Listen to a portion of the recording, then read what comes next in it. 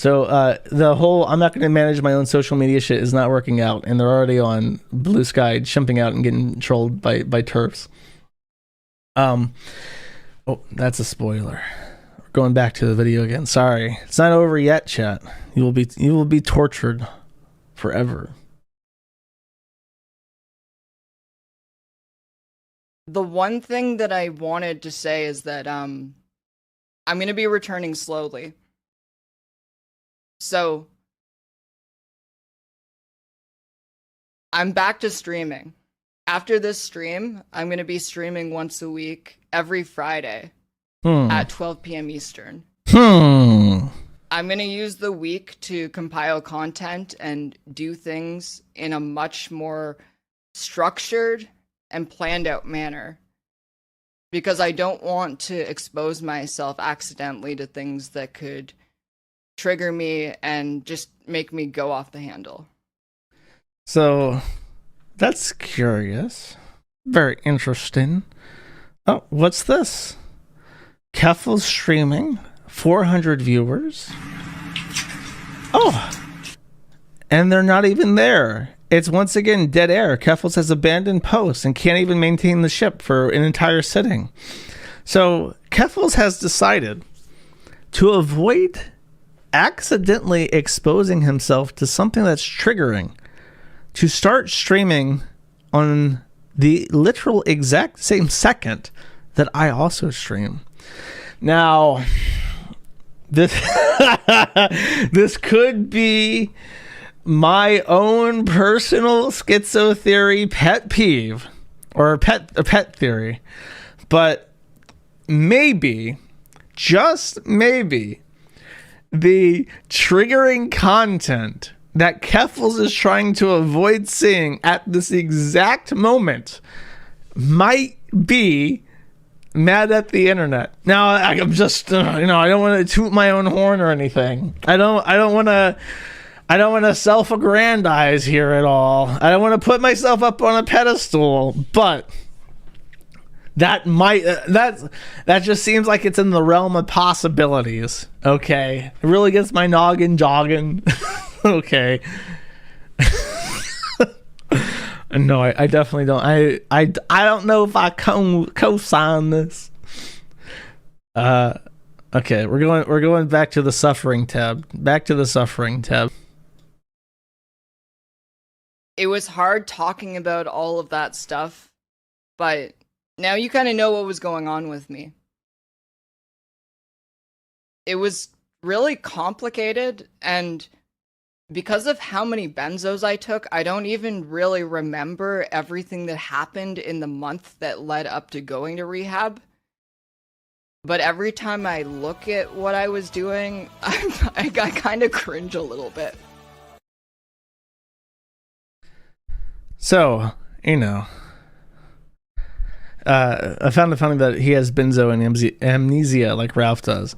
In case you're wondering, by the way, the final drug tally for this is 1 Percocets, 2 hydromorphone, 3 heroin, 4 cocaine, 5 meth, and 6 Xanax. Paid for by the lovely sponsors of GoFundMe and the Canadian taxpayers. And then immediately after the stream, Keffals' top mod, who goes by Gay, also known as Nusha, I want to say, died. And they died of strep throat, which is exceedingly rare. So either one of two options. Either A, they had some sort of issue with their autoimmune disease or autoimmune system, which allowed strep throat to kill them, or they ingested some sort of very deadly bacteria from some sort of dangerous substance, from some kind of hole that just happened to carry this extraordinarily antibiotic resistant strain of strep throat, or both. Who knows? It's a wacky world out there.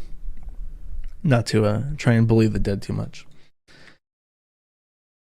And then finally, Keffals has, in order to reclaim their personality a little bit, has decided to file a complaint with the Canadian Human Rights Tribunal, accurately named the HRT, the court system in Canada that gained notoriety even among Americans a couple years ago when Jonathan Yaniv had filed against 8 different females providing wax services for refusing to wax his hairy testicles. This is not the same as a lawsuit. It is different, and it's free to file it. As I mentioned, Jonathan Yaniv filed pro se every time. It's effectively an instrument for people to claim that a corporation or government entity had infringed upon their human rights in some way, and it's designed to be as affordable and expedient as possible. On its face, it kind of sounds like a good idea, but in practice, it ends up being a gigantic waste of time and money for absolutely everybody. Keffals has claimed for the first time within this HRT complaint that a female police officer groped his sweaty man titty and then said, "Yep, it's a woman," which definitely did not fucking happen. It also lies that Keffals has never been, in the claim says that Keffals has no violent history, therefore the violent response from the police with weapons was unnecessary. However, Keffals has been arrested for an assault, which is if you don't know, is a violent offense. And that is why Lucas Roberts was in the database for Keffals to begin with. And the entire thing is written very poorly. Just the general syntax and grammar is extremely poor. The lawsuit, this excerpt says, Keffals continues to be overwhelmed by feelings of frustration, sadness, loss of confidence, desperation, and loss of personal dignity. Sorrenti is now experiencing anxiety in their professional interactions, including with colleagues, viewers, and others. He has lost relationships. He feels constantly worried that his messages are being misunderstood and misconstrued. He feels like LPS has not learned from its treatment of him while in custody, which is bizarre considering that months ago, the London police force basically bent over backwards to try and appeal to Keffals. And I don't know how you could possibly say that the reaction has been anything less than extraordinarily empathizing and professional.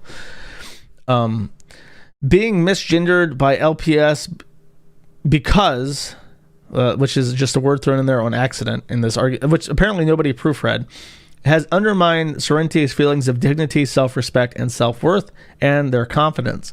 It has had and continues to have profound negative impact on his professional and personal life. Then we have a picture of Keffals being very sad down there.